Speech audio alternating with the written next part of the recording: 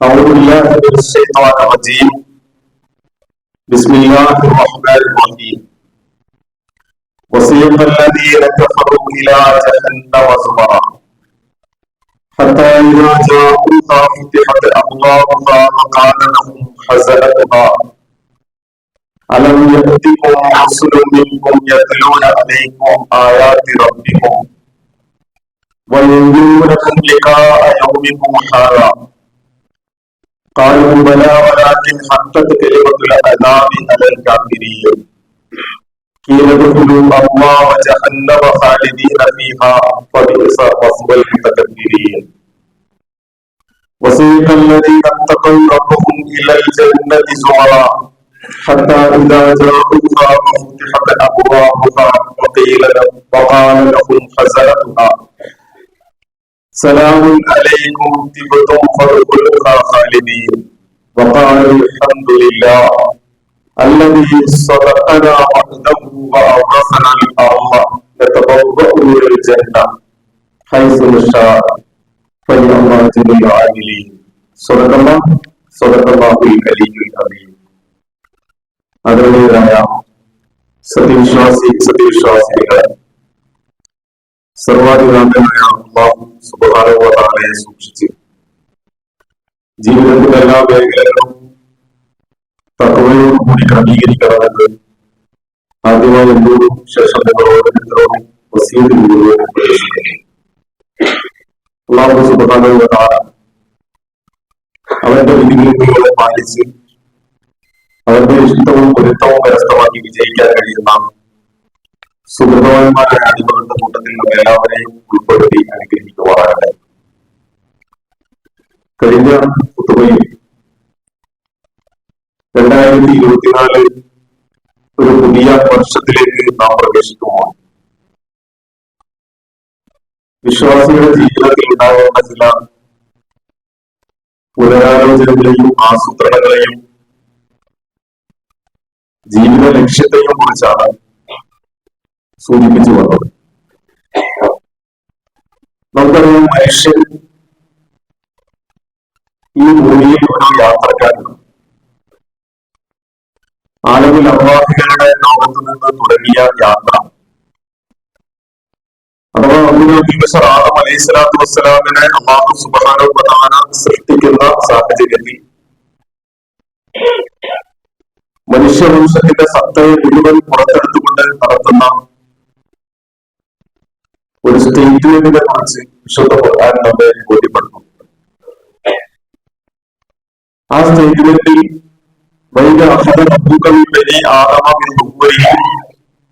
എന്ന് തുടങ്ങി അങ്ങനെ പറഞ്ഞു അൻഫുസിഹിം, മനുഷ്യവംശത്തിന്റെ സത്തയെ നാം പുറത്തെടുത്ത് അവരെ സാക്ഷിയാക്കി അവരോട് ചോദിക്കുന്ന ചോദ്യം അലസ്തു ബി റബ്ബിക്കും എന്നതാണ്. അഥവാ ഞാനല്ലേ നിങ്ങളുടെ റബ്ബ് എന്ന, ആരാണ് നിങ്ങളുടെ റബ്ബ് എന്ന സംശയത്തെ അവിടെ ദൂരീകരിക്കുന്നത്. അതിന് മനുഷ്യർ കൊടുക്കുന്ന മറുപടി ബല ഷഹിദിന എന്നതാണ്. തീർച്ചയായും അല്ലാഹു സുബ്ഹാനഹു വ തആല തന്നെയാണ് ഞങ്ങളുടെ റബ്ബ്. അതിന് ഞങ്ങൾ ജീവിതം കൊണ്ട് സാക്ഷ്യം വഹിക്കുകയും ചെയ്യും. യഥാർത്ഥത്തിൽ ആ ഒരു ആലമുൽ അർവാഹിൽ നിന്ന് തുടങ്ങിയ യാത്ര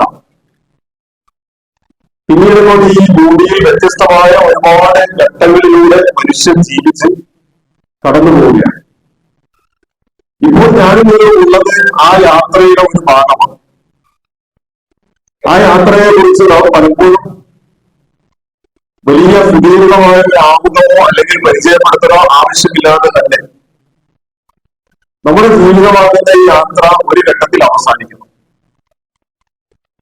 ആ അവസാനം പക്ഷെ ജീവിതത്തിന്റെ അവസാനമല്ല, ഈ ഭൂമിയിലെ ജീവിതത്തിന്റെ അവസാനമാണ് എന്നും മറ്റൊരു ജീവിതത്തിന്റെ തുടക്കമാണ് എന്നും ഏതൊരു വിശ്വാസിയെയും സംബന്ധിച്ച് അടിസ്ഥാനപരമായി അവർ പഠിക്കുകയും മനസ്സിലാക്കുകയും ദൃഢമായി ബോധ്യപ്പെടുകയും ചെയ്തിട്ടുള്ളതാണ്. ഇനി ആ ഒരു കാഴ്ചപ്പാടിൽ നിന്നുകൊണ്ട് ഞാനിപ്പോൾ പറഞ്ഞു വെച്ച വസ്തുത വളരെ ലളിതമാണ്. ഒരു മരണാനന്തര ജീവിതം എന്ന് പറയുന്ന ഒന്ന്. ആ ഒരു വസ്തുതയിൽ നിന്നുകൊണ്ട് ഞാനും നിങ്ങളും നമ്മുടെ ജീവിതത്തിന്റെ ലക്ഷ്യത്തെ കുറിച്ച് പലപ്പോഴും പഠിച്ചിട്ടുള്ളതാണ്, മനസ്സിലാക്കിയിട്ടുള്ളതാണ്. അതിന്റെ ഒരു ഓർമ്മപ്പെടുത്തൽ യഥാർത്ഥത്തിൽ വിശുദ്ധ ഖുർആൻ വളരെ മനോഹരമായി നമ്മുടെ മുന്നിൽ പരിചയപ്പെടുന്നുണ്ട്. നമ്മളൊന്ന് ആലോചിച്ച് നോക്കുമ്പോൾ നമ്മുടെ ജീവിതം യഥാർത്ഥത്തിൽ ഭയത്തിന്റെയും പ്രതീക്ഷയുടെയും മധ്യത്തിലാണ്. ഭൗതികമായ ഏത് ജീവിതവും നമ്മൾ എടുത്തു നോക്കുക. വളരെ ലളിതമായ ഒരു ഉദാഹരണം പറഞ്ഞാൽ, നമ്മുടെയൊക്കെ കൈകളിൽ നാം കൊണ്ടു നടക്കുന്ന മൊബൈൽ ഫോൺ ഏത് നിമിഷവും അതിന്റെ ചാർജ് തീർന്ന് ഓഫായി പോകാം. ഇതൊരു പേടിയാണ്. പക്ഷെ അതേസമയം നമുക്കൊരു പ്രതീക്ഷയുണ്ട്, എന്റെ ഫോൺ ഇപ്പോൾ ഓഫ് ആവുകയില്ല, അതിന്റെ ചാർജ് ഇപ്പോൾ തീർന്നു പോവുകയില്ല. ഈ പ്രതീക്ഷ നമുക്ക് രൂപപ്പെടുന്നത് എവിടെ നിന്നാണ് എന്ന് ചോദിച്ചാൽ നമ്മുടെ ആസൂത്രണത്തിൽ നിന്നാണ്. നമ്മൾ സമയബന്ധിതമായി അതിന് ചാർജ് ചെയ്തിരിക്കുന്നു, അതിനെ ശ്രദ്ധിക്കേണ്ട സമയങ്ങളിൽ നമ്മൾ ശ്രദ്ധിച്ചിരിക്കുന്നു, അതിലിപ്പോൾ ഇത്ര ശതമാനം ചാർജ് ഉണ്ട് എന്ന് നമുക്ക് ബോധ്യമുണ്ട്. അതുകൊണ്ട് സ്വാഭാവികമായും മനുഷ്യനെ സംബന്ധിച്ചിടത്തോളം അവന്റെ കയ്യിലുള്ള മൊബൈല് ഓഫാകും എന്നുള്ള ഒരു പേടി ഉണ്ടായിരിക്കെ തന്നെ അത് ഓഫാവുകയില്ല എന്ന ഒരു പ്രതീക്ഷ നിലനിൽക്കും. ആ പ്രതീക്ഷയുടെ കാരണമാകട്ടെ അവൻ കൃത്യമായി സമയബന്ധിതമായി അത് ചാർജ് ചെയ്തിരിക്കുന്നു എന്നുള്ള ആസൂത്രണത്തിന്റെ പിൻബലത്തിൽ നിന്നാണ്. ആലോചിച്ച് നോക്കൂ, റോഡിലൂടെ വാഹനം ഓടിച്ചു പോകുന്ന ആളുകൾ, നമ്മളൊക്കെ വാഹനം ഓടിക്കുന്നവരാണ്. നമ്മൾ മാത്രമല്ല തെരുവിൽ വാഹനം നടക്കുന്നത്. ഒരുപാട് മനുഷ്യര് എതിരെയും കുറുകയും തലങ്ങും വിലങ്ങും വാഹനവുമായിട്ട് കടന്നു വരുന്നത്. ഈ വാഹനങ്ങൾക്കിടയിൽ പരസ്പരം അപകടം സംഭവിച്ചേക്കാം, അല്ലെങ്കിൽ നമ്മുടെ വാഹനം ഏത് നിമിഷവും നിന്നുപോയേക്കാം.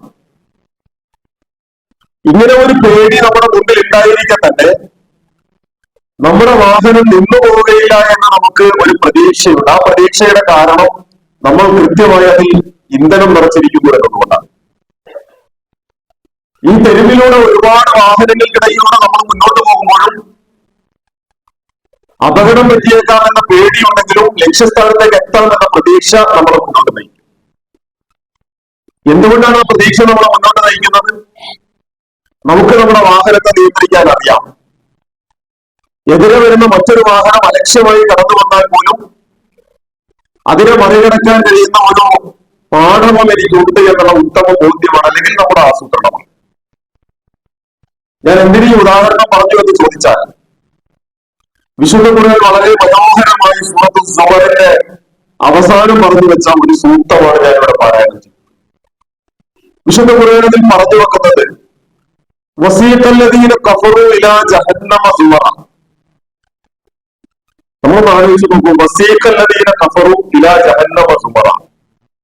പരലോകത്ത് മനുഷ്യന്റെ മഹ്ശറയിൽ സമ്മേളിപ്പിക്കപ്പെട്ട വിചാരണയ്ക്ക് ശേഷം നമ്മൾ പ്രതീക്ഷിച്ചുകൊണ്ടിരിക്കുന്ന ഒന്നാണ്. ഈ ഭൂമിയിൽ നിന്ന് നമ്മൾ വിട പറഞ്ഞേ പറ്റും. പക്ഷെ ആ വിട പറഞ്ഞതിന് ശേഷം ബർസഖിയായ ഒരു ജീവിതത്തിൽ നിന്ന് അള്ളാഹുവിന്റെ കോടതിയിൽ, അള്ളാഹുവിന്റെ സന്നിധിയിൽ ഹാജരാക്കപ്പെടണം. ആ സന്നിധിയിൽ ഹാജരാക്കപ്പെടുന്നിടത്ത് മനുഷ്യന്റെ ഓരോ കർമ്മങ്ങളും ഇഴകീറി പരിശോധിച്ച് അതിന്റെ നന്മതിന്മകൾക്ക് അർഹമായ പ്രതിഫലം അള്ളാഹുവിന്റെ അടുക്കൽ നിന്ന് ലഭ്യമാണ്. ആ ഒരു സന്ദർഭത്തിൽ വിശുദ്ധ ഖുർആൻ വ്യത്യസ്തമായ സന്ദർഭങ്ങളിൽ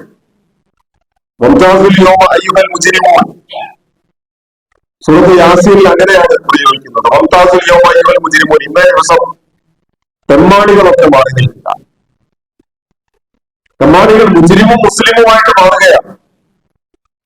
ആ മാറ്റി നിർത്തി വിചാരണയ്ക്ക് ശേഷം സൂറത്തുൽ സുമർ പറയുന്നു വസീഖല്ലദീന കഫറു ഇലാ ജഹന്നമ സുമറ.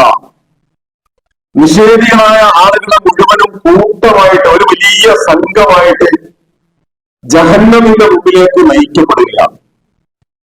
സാക്ക് എന്ന് അറബി ഭാഷയിൽ പറഞ്ഞാല് നമ്മുടെ കാലിന്റെ തണ്ടിന് പറയുന്ന പേരാണ്. മരണാസന്നരായ മനുഷ്യരെ കുറിച്ച് വിശുദ്ധ ഖുർആൻ പറയുന്നുണ്ടല്ലോ, സാക്ക് കണങ്കാൽ കണങ്കാലുമായിട്ട് കൂട്ടിയെടുക്കുക. വസീഖല്ലദീന കഫറു ഇലാ ജഹന്നമ സുമറ. ഒരു വലിയ സംഘമായിട്ട് നിഷേധികളെ ഇങ്ങനെ ആട്ടിത്തെളിച്ച് നരകത്തിന്റെ വാതിലോളം എത്തുന്നു.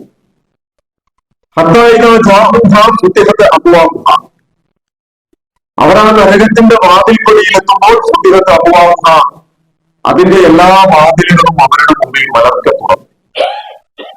മലർക്കെ തുറന്ന് അവരവർക്ക് കടന്നേ പറ്റും. അത് അനിവാര്യതയാണ്. ആ അനിവാര്യമായ പ്രവേശന കവാടത്തിലെത്തുമ്പോൾ വകാലലഹും ഖസനതുഹ, അതിന്റെ കാവൽക്കാരായ അല്ലാഹുവിന്റെ മാലാഖമാർ അവരോട് ചോദിക്കും, അലം യഅതികും റസൂലുൻ മിൻകും, നിങ്ങളുടെ അടുക്കിലേക്ക് നിങ്ങളിൽ നിന്ന് തന്നെയുള്ള അല്ലാഹുവിന്റെ ദൂതന്മാർ വന്നിരുന്നില്ല. നിങ്ങളിൽ കൂടി വന്ന് നിൽക്കുന്ന നിങ്ങളുടെ ഈ നിസ്സഹായാവസ്ഥയുണ്ടല്ലോ, നിങ്ങളുടെ ഭൂമിയിലെ ജീവിതം ഈ നരകത്തെ കുറിച്ചുള്ള ഒരു പേടിയുടെ മുമ്പിലായിരുന്നു. അതോടൊപ്പം സ്വർഗത്തെ കുറിച്ചൊരു പ്രതീക്ഷയുടെയും മുമ്പിലായിരുന്നു. ആ ഭയത്തിന്റെയും പ്രതീക്ഷയുടെയും ഇടയിൽ നിങ്ങളുടെ ജീവിതം കൊണ്ട് നിങ്ങൾ ഈ നരകം ഇങ്ങനെ വില കൊടുത്ത് വാങ്ങിയപ്പോ നിങ്ങൾക്കിടയിലേക്ക് അല്ലാഹുവിന്റെ ദൂതന്മാർ വന്നിരുന്നില്ല. ആ ദൂതന്മാർ യത്ലൂന അലൈക്കും ആയാത്തി റബ്ബിക്കും, നിങ്ങളുടെ റബ്ബിന്റെ ആയത്തുകളെ നിങ്ങളുടെ മുമ്പിൽ അവർ പാരായണം ചെയ്ത് കേൾപ്പിച്ചിരുന്നില്ല. നിങ്ങൾക്ക് തിരിയുന്ന കോലത്തിൽ ഭാഷയിൽ പറഞ്ഞിരുന്നില്ല. നിങ്ങൾക്ക് മനസ്സിലാക്കാൻ കഴിയുന്ന ശൈലിയിൽ അവർ നിങ്ങളുടെ മുമ്പിൽ ആവിഷ്കരിച്ചിരുന്നില്ലേ. എന്ന് മാത്രമല്ല വയുൻദിറൂനകും ലിഖാഅ യൗമികും ഹാദാ, ഇങ്ങനെ ഒരു ദിവസം നിങ്ങൾ കണ്ടുമുട്ടേണ്ടി വരും എന്ന് അവർ മുന്നറിയിപ്പ് നൽകിയിരുന്നെങ്കിൽ. ആ ചോദ്യങ്ങളൊക്കെ കൃത്യമാണ്. അല്ലാഹുവിന്റെ മാലാഖമാരുടെ ഈ ചോദ്യങ്ങൾ മനുഷ്യന്റെ വിചാരണയ്ക്ക് ശേഷം അവന്റെ ശിക്ഷയിലേക്ക്, ജഹന്നം നരകത്തിന്റെ മുമ്പിലേക്ക് എത്തിക്കഴിയുമ്പോൾ ആ മലക്കുകൾ അവരോട് ഒന്നുകൂടി ചോദിക്കുകയാണ്, നിങ്ങളുടെ മുമ്പിലേക്ക് അള്ളാഹുവിന്റെ മലക്കുകൾ വന്നതല്ലേ? അള്ളാഹുവിന്റെ മാതാപിതാക്കൾ അള്ളാഹുവിന്റെ ആയത്തുകളെ കുറിച്ച് നിങ്ങളുടെ മുമ്പിൽ പാരായണം ചെയ്ത് കേൾപ്പിച്ചിരുന്നില്ലേ? ഇങ്ങനെ ഒരു ദിവസത്തെ നിങ്ങൾ അഭിമുഖീകരിക്കേണ്ട ഒരു വിചാരണയുടെ റബ്ബിന്റെ സന്നിധിയിൽ എഴുന്നേറ്റ് നിൽക്കലുണ്ട്. നരകത്തെ അഭിമുഖീകരിക്കേണ്ടി വരുന്ന ഒരു ദിവസത്തെ കുറിച്ച് അവർ നിങ്ങൾക്ക് മുന്നറിയിപ്പ് നൽകിയിരുന്നില്ലേ? അവർ പറയും. അപ്പോൾ ഈ നിഷേധികളായ ആളുകൾ പറയും, ബല, അതേ വന്നിരുന്നു. ഞങ്ങളുടെ മുമ്പിലേക്ക് അള്ളാഹുവിന്റെ ദൂതന്മാർ, അള്ളാഹുവിന്റെ പ്രവാചകന്മാർ വന്നിരുന്നു. അവർ മുന്നറിയിപ്പ് നൽകിയിരുന്നു. അള്ളാഹുവിന്റെ ആയത്തുകൾ ഞങ്ങളുടെ മുമ്പിൽ പാരായണം ചെയ്ത് കേൾപ്പിച്ചിരുന്നു. പക്ഷേ ഞങ്ങൾ അതിനോട് സ്വീകരിച്ച സമീപനം തീർത്തും നിരാശാജനകമായി അതിനെ ഞങ്ങൾ തള്ളിക്കളയുകയായിരുന്നു. ഞങ്ങളതിനെ അവഗണിച്ച് മാറ്റുകയായിരുന്നു. പക്ഷെ ഇപ്പോൾ വലാകിന്റെ ഹക്കത്ത് കലിമത്തുൽ അദാബി അലൽ കാഫിരീൻ, പക്ഷെ ഇപ്പോൾ നിങ്ങൾക്കിനി യാതൊരു ദാർശന്യവും പ്രതീക്ഷിക്കേണ്ടതില്ല. നിങ്ങളുടെ മുന്നിൽ ഇനി യാതൊരു വിട്ടുവീഴ്ചയും നിങ്ങൾ പ്രതീക്ഷിക്കേണ്ടതില്ല. അതിനൊക്കെ അവസരം നിങ്ങൾക്ക് ഒരുപാട് കിട്ടിയിരുന്നു. എത്രയോ അവസരങ്ങൾ നിങ്ങളുടെ മുമ്പിൽ കിട്ടി. നമ്മൾ ആലോചിച്ച് നോക്കുമ്പോൾ നമ്മുടെ ജീവിതത്തിൽ നമ്മളൊക്കെ ബിസിനസ് ചെയ്യുന്ന ധാരാളം ആളുകളില്ലേ? കോടിക്കണക്കിന് രൂപ ബിസിനസ്സിൽ ഇറക്കുന്നു. ആ മുടക്കിയ സംഖ്യയിൽ നിന്ന് ലാഭം തിരിച്ചു പിടിക്കാൻ വേണ്ടിയിട്ട് എത്ര വലിയ അധ്വാനം നമ്മൾ നിരന്തരം നടത്തിക്കൊണ്ടിരിക്കുന്നു. ആ അധ്വാനത്തെയും പരിശ്രമത്തെയും കുറിച്ച് നമ്മൾ ആലോചിച്ച് നോക്കിയിട്ടുണ്ടോ? നമ്മൾ മുടക്കുന്ന മുതലിന് ആനുപാതികമായ അല്ലെങ്കിൽ നമ്മൾ ആഗ്രഹിക്കുന്ന ഒരു ലാഭത്തിലേക്ക് എത്തിക്കാൻ ഊണും ഉറക്കവും ഒഴിച്ച് നമ്മൾ നെട്ടോട്ടം ഓടിക്കൊണ്ടിരിക്കും. പല ആളുകളും പറയും, ജീവിക്കാനുള്ള തിരക്കിനിടയിൽ ജീവിക്കാൻ മറന്നുപോയി. കാരണം ഭൗതികമായിട്ട് മുടക്കിയ മുതൽ തിരിച്ചു പിടിക്കുകയാണ്. ആ തിരിച്ചു പിടിക്കുന്നവർക്ക് ഒരുപാട് സ്ഥലം വാങ്ങിയിട്ടുണ്ടാകും, വാഹനങ്ങൾ ഉണ്ടാകും, കെട്ടിടങ്ങൾ ഉണ്ടാകും, ഭൗതികമായിട്ട് ഒരുപാട് സമ്പാദിച്ചു കൂട്ടിയിട്ടുണ്ടാകും. പക്ഷെ യഥാർത്ഥത്തിൽ അങ്ങനെ കൂടുന്ന ആ ഓട്ടത്തിന്റെ നിസ്സാരമായ ഒരു അംശം പോലെ പരലോകത്തേക്ക് നേടിയെടുക്കാൻ, അല്ലെ? ബിസിനസിന്റെ കാര്യത്തിൽ ഭൗതികമായി നമ്മൾ ലാഭം നേടിയെടുക്കാൻ വേണ്ടി ചിലവഴിക്കുന്ന അധ്വാനത്തിന്റെ തുച്ഛമായ ഒരു അംശം മതിയല്ലോ പാരമ്പരികമായ വിജയം നേടിയെടുക്കാൻ. അത്രയും വലിയ ഓട്ടം നമ്മൾ ഓടേണ്ടി വരുന്നുണ്ടോ പരലോക വിജയത്തിന് വേണ്ടി? ഇല്ല. പക്ഷെ എന്നാലും നമ്മൾ അശ്രദ്ധരാണ്, എന്നാലും നമ്മൾ നിസ്സംഗരാണ്. അവിടെയാണ് ഈ നിഷേധികൾ അള്ളാഹുവിന്റെ മാലാഖമാരുടെ മുന്നിൽ പറയുന്നത്, നിങ്ങൾ ചോദിച്ചതൊക്കെ വസ്തുതയാണ്. അള്ളാഹുവിന്റെ ദൂതന്മാർ വന്നു, അവർ പറഞ്ഞു, അവർ മുന്നറിയിപ്പ് നൽകി. പക്ഷേ ഞങ്ങൾ അതിനെ അവഗണിച്ചുകൊണ്ട് മുന്നോട്ട് പോവുകയായിരുന്നു. പക്ഷെ ഇപ്പോൾ എന്ത് ചെയ്യാം? അള്ളാഹുവിന്റെ ശിക്ഷ ഞങ്ങളുടെ മേൽ സംഭവിച്ചിരിക്കുന്നു. അപ്പോൾ ഈ മലക്കുകൾ പറയും, കീലതുഖുലു അബ്വാബ ജഹന്നമ ഖാലിദീന ഫീഹാ, ഫബിഇസ മസ്വൽ മുതകബ്ബിരീൻ. അവർ പറയും, നിങ്ങൾ ഈ നരകത്തിന്റെ വാതിലൂടെ പ്രവേശിച്ചോ, ഇനി നിങ്ങൾക്ക് അവസരം കഴിഞ്ഞു, നിങ്ങൾക്ക് ഇനിയൊരു അവസരമില്ല, ഇനി നിങ്ങൾ പ്രവേശിച്ചു കൊടുക്കുക. ഫബിഇസ മസ്വൽ മുതകബ്ബിരീൻ. അഹങ്കാരികളായ ആളുകൾക്കുള്ള ഏറ്റവും മോശപ്പെട്ട പ്രവേശന കവാടം, ഏറ്റവും മോശപ്പെട്ട സങ്കേതമാണ് നിങ്ങളിപ്പോൾ എത്തിപ്പെട്ടിട്ടുള്ളത്. നിങ്ങൾ അഹങ്കാരികളായിരുന്നു. നിങ്ങൾ തലയുയർത്തി പിടിച്ച ആകാശത്തേക്ക് നോക്കിയാൽ നിങ്ങൾക്ക് നിങ്ങളുടെ റബ്ബിനെ കാണാമായിരുന്നു. നിങ്ങളുടെ ജീവിതത്തിന്റെ ഓരോ ഘട്ടങ്ങളിലും നിങ്ങൾക്ക് നിങ്ങളുടെ റബ്ബിനെ തിരിച്ചറിയാൻ കഴിയുമായിരുന്നു. പക്ഷെ അവിടെ ഒന്നും തിരിച്ചറിയാൻ കഴിയാത്ത വിധം നിങ്ങൾ അള്ളാഹുവിനെ മാറ്റിവെച്ചുകൊണ്ട് നിങ്ങളെ തന്നെ അംഗീകരിച്ചു കൊടുത്ത നിമിഷങ്ങളിലാണ് നിങ്ങൾക്ക് നിങ്ങളുടെ പരലോകം നഷ്ടപ്പെട്ടു പോയത്. അല്ലെ? നമ്മുടെ ജീവിതത്തിന്റെ യാത്രയിൽ നമ്മളൊന്ന് ചോദിച്ചു നോക്കൂ, നമ്മളോട്, എന്റെ ജീവിതത്തിന്റെ യാത്രയിൽ എവിടെ വെച്ചാണ് എന്റെ പരലോകം എനിക്ക് നഷ്ടപ്പെട്ടത്? എന്റെ ജീവിതത്തിന്റെ യാത്രയിൽ എവിടെ വെച്ചാണ് എനിക്ക് എന്റെ റബ്ബുമായുള്ള ബന്ധത്തിൽ ഇടിവ് സംഭവിച്ചത്? എന്റെ ജീവിതത്തിന്റെ യാത്രയിൽ എവിടെ വെച്ചാണ് സ്വർഗം നേടിയെടുക്കാമെന്ന പ്രതീക്ഷയിൽ മങ്ങലേറ്റു പോയത്? എന്റെ ജീവിതത്തിന്റെ യാത്രയിൽ എവിടെ വെച്ചാണ് ഞാൻ നരകത്തിലേക്ക് തുറക്കുന്ന വാതിലുകളോട് സമീപിച്ചു പോയത്? ആ ചോദ്യങ്ങൾ നമ്മളിങ്ങനെ ഒന്ന് ചോദിച്ചുകൊണ്ടിരിക്കുക. ആ ചോദ്യം ചോദിക്കുമ്പോ വിശുദ്ധ ഖുർആൻ അടുത്ത ഒരു സൂക്തത്തിലേക്ക് വളരെ ഭംഗിയായി നമ്മളെ കൊണ്ടുവരുന്നുണ്ട്. നിങ്ങൾ ആലോചിച്ച് നോക്കൂ, വിശ്വാസികളുടെ മനസ്സിലുണ്ടാകാവുന്ന ഏറ്റവും വലിയ സന്തോഷത്തിന്റെയും നിർവൃതിയുടെയും നിമിഷങ്ങളിലേക്ക് കൊണ്ടുവരുന്നു.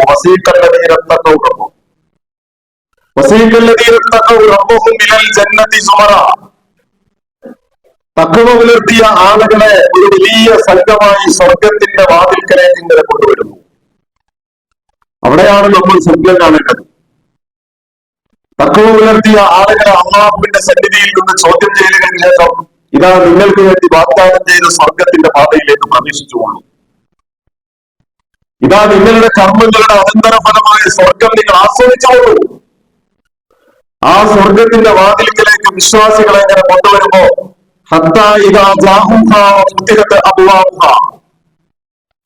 അതിന്റെ വാതിലുകളെത്തുമ്പോ അതിന്റെ വാതിലുകൾ, സ്വർഗത്തിന്റെ വാതിലുകൾ വിശ്വാസികളുടെ മുമ്പിൽ മലർക്കെ തുറക്കപ്പെടും. വിശ്വാസികളുടെ മുമ്പിൽ മലർക്കെ തുറക്കപ്പെടും. എന്നിട്ട് ആ സ്വർഗത്തിന്റെ കാവൽക്കാരായ അല്ലാഹുവിന്റെ മാലാഖമാർ വിശ്വാസികളെ നോക്കിയിട്ട് പറയും, സലാമുൻ അലൈക്കും തിബ്തും ഫദ്ഖുലൂഹാ ഖാലിദീൻ. സലാമുൻ അലൈക്കും, നിങ്ങളുടെ മേൽ അല്ലാഹുവിന്റെ രക്ഷയുണ്ടാകട്ടെ. നമ്മളൊക്കെ ആഗ്രഹിക്കുന്നില്ല. സാധാരണ നമ്മൾ എന്താ പറയാ, സലാം ചെല്ലുന്നതിന്റെ ഒരു മര്യാദയെ കുറിച്ച് പറയും. വരുന്നവൻ നിൽക്കുന്നവനോട് സലാം ചെല്ലണം, നടക്കുന്നവൻ നിൽക്കുന്നവനോട് സലാം ചെല്ലണം, നടന്നു വരുന്നവൻ ഇരിക്കുന്നവനോട് സലാം ചെല്ലണം, ചെറിയ സംഘം വലിയ സംഘത്തോട് സലാം ചെല്ലണം. അങ്ങനെയാണല്ലോ സലാം ചെല്ലുന്നതിന്റെ മര്യാദ. പക്ഷെ സ്വർഗത്തിന്റെ വാതിൽക്കലെ ആ വർത്തമാനത്തിൽ ശ്രദ്ധിച്ചോ? അള്ളാഹു സുബ്ഹാനഹു വ തആല പറയുന്നു, അള്ളാഹുവിന്റെ വിധിവിലക്കുകൾ അംഗീകരിച്ച് തഖ്വ പുലർത്തി ജീവിതത്തെ നല്ല മനോഹരമായ പളങ്കുപാത്രം പോലെ കൊണ്ടുവന്ന ഈ മനുഷ്യരെ സ്വർഗത്തിന്റെ വാതിലിലേക്ക് കൊണ്ടുവന്ന് സ്വർഗത്തിന്റെ വാതിലുകൾ മലർക്കെ തുറക്കുമ്പോ അള്ളാഹുവിന്റെ മാലാഖമാർ അങ്ങേയറ്റത്തെ ആഹ്ലാദത്തോടു കൂടി പറയുന്നു, സലാമുൻ അലൈക്കും. മലക്കുകൾ നമ്മളോടാണ് സലാം പറയുന്നത്. ഈ വരുന്ന വലിയ സംഘം മലക്കുകളോടല്ല, അവിടെ നിൽക്കുന്നവരോടല്ല. എന്ന് പറഞ്ഞാൽ അത്ര വലിയ പരിഗണന അള്ളാഹുവിന്റെ മലക്കുകൾ സ്വർഗത്തിന്റെ വാതിലുകളിലേക്ക് ആനയിക്കപ്പെടുന്ന ഈ മനുഷ്യരുടെ മുമ്പിൽ വകവച്ചു കൊടുക്കുക. എന്നിട്ട് അവരോട് പറയും, തിബുത്തുൻ, നിങ്ങൾ വിശുദ്ധി കൈവരിച്ചിരിക്കുന്നു, നിങ്ങൾ ത്വയ്യിബീങ്ങൾ, നിങ്ങൾ വിശുദ്ധി കൈവരിച്ച, നിങ്ങളുടെ ജീവിതത്തിൽ നിന്ന് നിങ്ങൾ ജാഹിലിയ്യത്തുകൾ അടർത്തി മാറ്റിയിട്ടുണ്ട്. നിങ്ങളുടെ ജീവിതത്തിൽ നിന്ന് നിങ്ങൾ മാറ്റിവെക്കേണ്ട ദുശ്ശീലങ്ങളെ മുഴുവനും മാറ്റിവെച്ചു. എന്തിനു വേണ്ടിയാ? അള്ളാഹുവിന്റെ തൃപ്തിയും ഈ സ്വർഗവും ലക്ഷ്യം വെച്ചുകൊണ്ടായിരുന്നു. അള്ളാഹു സുബ്ഹാനഹു വ തആല വാഗ്ദാനം ചെയ്ത ഈ വിജയത്തിന്റെ മധുരം പ്രതീക്ഷിച്ചുകൊണ്ടായിരുന്നു. അതുകൊണ്ട് തിബുത്തും, നിങ്ങൾ വിശുദ്ധി കൈവരിച്ചിരിക്കുന്നു, ഫദ്ഖുലൂഹാ ഖാലിദീൻ, നിങ്ങൾ ഈ സ്വർഗത്തിലേക്ക് ശാശ്വതരായി വസിക്കാവുന്ന രീതിയിൽ സന്തോഷത്തോടു കൂടി നിങ്ങൾ പ്രവേശിച്ചുകൊള്ളു. ഇത് നിങ്ങൾക്ക് വേണ്ടിയുള്ളതാണ്. ഇത് നിങ്ങളുടെ കർമ്മങ്ങളുടെ അനന്തര ഫലമാണ്. നിങ്ങൾ ഭൂമിയിലൂടെ നട്ടുമുളപ്പിച്ച വിത്തുകളുടെ കൊയ്തെടുത്ത അനന്തര ഫലമാണ് നിങ്ങൾക്ക് വേണ്ടിയിട്ട് ഈ സ്വർഗം അല്ലാഹു സംവിധാനിക്കുന്നത്. എന്നിട്ട് വീണ്ടും പറയുന്നു, വഖാലു, അപ്പോൾ ഈ വിശ്വാസികൾ, സ്വർഗത്തിലേക്ക് പ്രവേശിക്കുന്ന വിശ്വാസികൾ, അവർ സ്വർഗത്തിലേക്ക് പ്രവേശിക്കുമ്പോൾ പറയുകയാണ്, വഖാലു അൽഹംദുലില്ലാഹ്, അല്ലാഹുവിനാണ് സ്തുതി. ജീവിതത്തിൽ ഉടനീളം പറഞ്ഞ ഒരു വർത്തമാനമാണ്. തുമ്മിയപ്പോൾ പറഞ്ഞതാണ്, ഭക്ഷണം കഴിച്ചു കഴിഞ്ഞപ്പോൾ പറഞ്ഞതാണ്, വിസർജനാലയത്തിൽ നിന്ന് പുറത്തു വന്നപ്പോൾ പറഞ്ഞതാണ്, ഉറക്കത്തിൽ നിന്ന് എഴുന്നേറ്റപ്പോൾ പറഞ്ഞതാണ്, ഏതൊരു നന്മയിലും പറഞ്ഞതാണ്. എന്താണ് വിശേഷങ്ങളെന്ന് ഓരോ സുഹൃത്തുക്കൾ ചോദിച്ചപ്പോഴും എല്ലാ പ്രയാസങ്ങളെയും മറച്ചു വെച്ചുകൊണ്ട് അൽഹംദുലില്ലാഹ്, അല്ലാഹുവിന്റെ സ്തുതി എന്ന് പറഞ്ഞിട്ട് ആ അൽഹംദുലില്ലയുടെ എന്നെല്ലാം സൂറത്തുൽ ഫാത്തിഹയിലൂടെ നിരന്തരം നമ്മൾ പാരായണം ചെയ്തുകൊണ്ടിരുന്ന അൽഹംദുലില്ലാഹി റബ്ബിൽ ആലമീൻ എന്നതിന്റെ പൂർത്തീകരണമാണ്, അവസാനത്തെ വർത്തമാനമാണ് സ്വർഗത്തിലേക്ക് പ്രവേശിക്കുന്ന ഈ മനുഷ്യൻ പറയുന്നത്. അൽഹംദുലില്ലാഹ്, അല്ലാഹുവിന്റെ സ്തുതി. എന്തുകൊണ്ട്? അല്ലദീ സദഖന വഅദഹു, ആ റബ്ബ് അല്ലാഹു നമ്മോട് ചെയ്ത വാഗ്ദാനം പൂർത്തീകരിച്ചിരിക്കുന്നു. നമുക്ക് നൽകാമെന്ന് പറഞ്ഞ സ്വർഗം ഇപ്പോൾ നൽകിയിരിക്കുന്നത് ഔറസനൽ അർള്, ഭൂമിയെ അനന്തരാവകാശമായി നൽകിയിരിക്കുന്നു. നമുക്ക് നൽകാമെന്ന് പറഞ്ഞ സ്വർഗം ഏതൊരു വാഗ്ദാനമാണോ അള്ളാഹു പറഞ്ഞത്, ആ വാഗ്ദാനത്തെ അള്ളാഹു പൂർത്തീകരിച്ചിരിക്കുന്നു. നമുക്ക് അനന്തരാവകാശം നൽകിയിരിക്കുന്നു. സ്വർഗത്തിലെ നമുക്ക് ഇഷ്ടമുള്ള ഭാഗം തിരഞ്ഞെടുക്കാം. സ്വർഗത്തിലെ ഇഷ്ടമുള്ള ഭാഗം തിരഞ്ഞെടുക്കാം. ആരാ പറയുന്നതെന്നല്ലോ, സ്വർഗത്തിലേക്ക് കടന്നു ചെല്ലുന്നവർ. നിങ്ങൾക്ക് ഇഷ്ടമുള്ളിടത്തേക്ക് പൊയ്ക്കോന്ന് മലക്കുകളല്ല പറഞ്ഞത്. കടന്നു ചെന്ന ആളുകൾ പറയണം, നമുക്ക് ഇഷ്ടമുള്ള സ്ഥലം നമുക്ക് തിരഞ്ഞെടുക്കാം സ്വർഗത്തിൽ എവിടെ വേണമെങ്കിലും. എന്തായിരുന്നു അതിന്റെ കാരണം? ഞാൻ ആദ്യമേ പറഞ്ഞു വെച്ച ഭയത്തിന്റെയും പ്രതീക്ഷയുടെയും മധ്യത്തിൽ ജീവിതത്തെ ഇങ്ങനെ സൂക്ഷ്മമായി നോക്കിക്കാണ്. നമ്മൾ പറയാറില്ല, പടലിന്റെ പാത്രം പോലെയാണ്. അത് താഴെ വീണാൽ പൊട്ടിപ്പോ. ആ പൊട്ടിപ്പോയതിന് പിന്നെ നമ്മൾ ഒട്ടിച്ചിട്ട് കാര്യമില്ല. ആ ഒട്ടിച്ചാലും അതിന്റെ അടയാളങ്ങൾ അവിടെ ബാക്കിയിരുന്നു. ആ പളുങ്ക് മാത്രമാകുന്ന ജീവിതത്തെ ഇങ്ങനെ അള്ളാഹുവിന്റെ മുമ്പിലേക്ക് മനോഹരമായി പൊട്ടാതെ നുറുങ്ങാതെ കൊണ്ടുതന്നെ എത്തിച്ചവരാണ് നമ്മൾ. ആ എത്തിക്കുന്ന സന്ദർഭത്തിലാണ് അള്ളാഹു സുബ്ഹാനഹു വ തആല അള്ളാഹുവിന്റെ മാലാഖമാരിലൂടെ ഈ ഒരു സുന്ദരമായ സ്വീകരണം നൽകി സ്വർഗത്തിലേക്ക് ആനയിച്ചെത്തിക്കുന്നത്. അവിടെയാണ് നമ്മൾ അള്ളാഹുവിനെ നിനക്ക് സ്തുതി, ഞങ്ങളോട് ചെയ്ത കരാറ് പാലിച്ചിരിക്കുന്നു, ഞങ്ങളോട് പറഞ്ഞ വാഗ്ദാനം പൂർത്തീകരിച്ചിരിക്കുന്നു. അമലുകൾ ചെയ്ത ആളുകൾക്കുള്ള ഏറ്റവും നല്ല പ്രതിഫലം അതാണ്. പ്രിയമുള്ളവരെ, നമ്മൾ ആലോചിച്ച് നോക്കിയിട്ടുണ്ടോ? അള്ളാഹു സുബ്ഹാനഹു വ തആല ഇത്ര മനോഹരമായി വശ്യമായിട്ടാണ്. നിങ്ങളൊന്ന് ചിന്തിച്ചു നോക്കുക, നിങ്ങളൊന്ന് സ്വപ്നം കാണുക, നിങ്ങളൊന്ന് പേടിക്കുക. എന്തിനെ കുറിച്ചാണ് പേടിക്കേണ്ടത് എന്ന് ചോദിച്ചാൽ നരകത്തെ കുറിച്ചാണ്. ആ പദപ്രയോഗത്തിൽ ഉണ്ട് ആ നരകത്തെ കുറിച്ച ഭയപ്പാട്. എന്ന് പറയുന്ന കാൽത്തണ്ടകൾ വലിച്ചിങ്ങനെ മുന്നോട്ട് പോകുന്ന, ആട്ടിത്തെളിക്കപ്പെടുന്ന, കൂട്ടകൂട്ടമായി ആട്ടിത്തെളിക്കപ്പെട്ട് അള്ളാഹുവിന്റെ മുമ്പിൽ നിന്ന് നരകത്തിലേക്ക് കൊണ്ടുപോകുന്നതാണ്. നിങ്ങൾ ആ നരകത്തെ കുറിച്ച് ഓർത്ത് പേടിക്കണം. നിങ്ങൾ ആ നരകത്തെ കുറിച്ച് ഓർത്ത് പേടിക്കുന്നതോടൊപ്പം തന്നെ നേരത്തെ ഞാൻ സൂചിപ്പിച്ചതുപോലെ തെരുവിലേക്ക് വാഹനവുമായിട്ട് ഇറങ്ങിയാൽ എതിരെ വരുന്ന വാഹനങ്ങളുണ്ട്, കൂട്ടിയിടിച്ചേക്കാം, അപകടം പറ്റിയേക്കാം, അത് പേടിയാണ്. പക്ഷെ എന്റെ വാഹനത്തെ നിയന്ത്രിക്കാൻ എനിക്ക് കഴിയുമെന്നൊരു ആത്മബോധമുണ്ട്, ആത്മവിശ്വാസമുണ്ട്. ആ ആത്മവിശ്വാസം നൽകുന്ന പ്രതീക്ഷയിലാണ് ലക്ഷ്യസ്ഥാനത്തേക്ക് നമ്മൾ സഞ്ചരിച്ചുകൊണ്ടിരിക്കുന്നത്. അവിടെയാണ് ഏറ്റവും ആദ്യത്തിൽ ഞാൻ സൂചിപ്പിച്ച മനുഷ്യനൊരു യാത്രക്കാരനാണ്. ആ യാത്ര ആലമുൽ അർവാഹിൽ നിന്ന് തുടങ്ങി ഈ ഭൂമിയിൽ നമ്മൾ മനുഷ്യരായി വന്നു. സൂറത്തുൽ മുഅ്മിനൂൻ പറഞ്ഞതുപോലെ മാതാവിന്റെ ഗർഭാശയത്തിൽ വളരെ കൃത്യമായ ഇടവേളകളിൽ കൃത്യമായ സംവിധാനങ്ങളിലൂടെ പാകപ്പെടുത്തിയെടുത്ത് ഭൂമിയിലേക്ക് കൊണ്ടുവരുന്നു. ആ ഭൂമിയിൽ വന്നതിന് ശേഷം ബാല്യവും ശൈശവവും കൗമാരവും യൗവനവും മധ്യവയസ്സും വാർദ്ധക്യവും കടന്ന് ജരാനരകൾ ബാധിച്ച് ജീവിതയാത്രയിൽ നിന്ന് ഭൂമിയിലെ ജീവിതയാത്രയോട് വിട പറയുന്നു മരണത്തോടുകൂടി. മരണാനന്തരമുള്ള ജീവിതയാത്ര എന്ന് പറയുന്നത് അറ്റമില്ലാത്ത, അനന്തമില്ലാത്ത, ഭൂമിയിൽ ചെയ്തു കൂട്ടിയ കർമ്മങ്ങളുടെ അനന്തരഫലം എന്ത് എന്നത് അനുഭവിക്കാനുള്ളതാണ്. അത് റിസൾട്ടിന്റെ കാലമാണ്, പ്രവർത്തനത്തിന്റെ കാലമല്ല. പ്രവർത്തനത്തിന്റെ കാലം ഇപ്പോൾ ഞാനും നിങ്ങളും ഉള്ള ഈ സാഹചര്യമാണ്. ആ സാഹചര്യത്തെ എങ്ങനെ നാം ആസൂത്രണം ചെയ്യുന്നു എന്നതാണ് ഞാൻ ഇതുവരെ പറഞ്ഞു വെച്ചാൽ ഈ സൂറത്തുൽ സുമറിന്റെ അവസാനത്തെ ഭാഗം. പ്രിയമുള്ള സഹോദരങ്ങളോട് എനിക്ക് സൂചിപ്പിക്കാനുള്ളത്, നമ്മൾ ഒറ്റക്ക് വായിക്കണം. സൂറത്തുൽ സുമറിലെ ആകെ 75 ആയത്തുകളേ ഉള്ളൂ. അതിൽ 71 മുതലുള്ള ഈ ആയത്തുകൾ നമ്മൾ ഒറ്റക്ക് വായിച്ചിട്ട് നമ്മുടെ പൊസിഷനെ കുറിച്ച് നമ്മൾ പറയും. നമ്മൾ ഇപ്പോഴുള്ള അവസ്ഥ വെച്ചിട്ട് നമുക്ക് വിലയിരുത്താൻ പറ്റുള്ളൂ. ഭാവിയിൽ എന്ത് എന്നുള്ളതല്ല. ഭാവിയിൽ എന്ത് എന്നുള്ളത് അള്ളാഹുവിന്റെ കയ്യിലുള്ളതാണ്. പക്ഷെ ഇപ്പോൾ ഞാനും നിങ്ങളുമുള്ള ഈ സമയമുണ്ടല്ലോ, ആ സമയത്തെ ഒന്ന് മുന്നിൽ വെച്ചിട്ട് നമുക്ക് വേണമെങ്കിൽ ഒന്ന് ചിന്തിക്കാം. ഈ രണ്ട് സംഘങ്ങൾ ആട്ടിത്തെറിക്കപ്പെടുന്ന, ഒന്ന് നരകത്തിന്റെ വാതിൽക്കലേക്കും മറ്റൊന്ന് സ്വർഗത്തിന്റെ വാതിൽക്കലേക്കും അള്ളാഹുവിന്റെ മാലാഖമാർ ചോദിച്ച് കയറ്റിവിടുന്ന ഈ രണ്ട് സംഘങ്ങൾ ഏത് പക്ഷമാണ് എന്റെ പക്ഷം? ഏത് പക്ഷത്താണ് ഞാനിപ്പോൾ എന്റെ കർമ്മങ്ങളെ മുന്നിൽ വെച്ചുകൊണ്ട് വിലയിരുത്തിയാൽ എനിക്ക് മാർക്കിടാൻ കഴിയില്ല?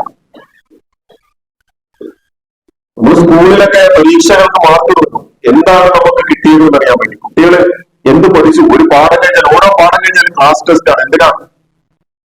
ആ ക്ലാസ് ടെസ്റ്റിലൂടെ ഈ കുട്ടി എന്ത് നേടി?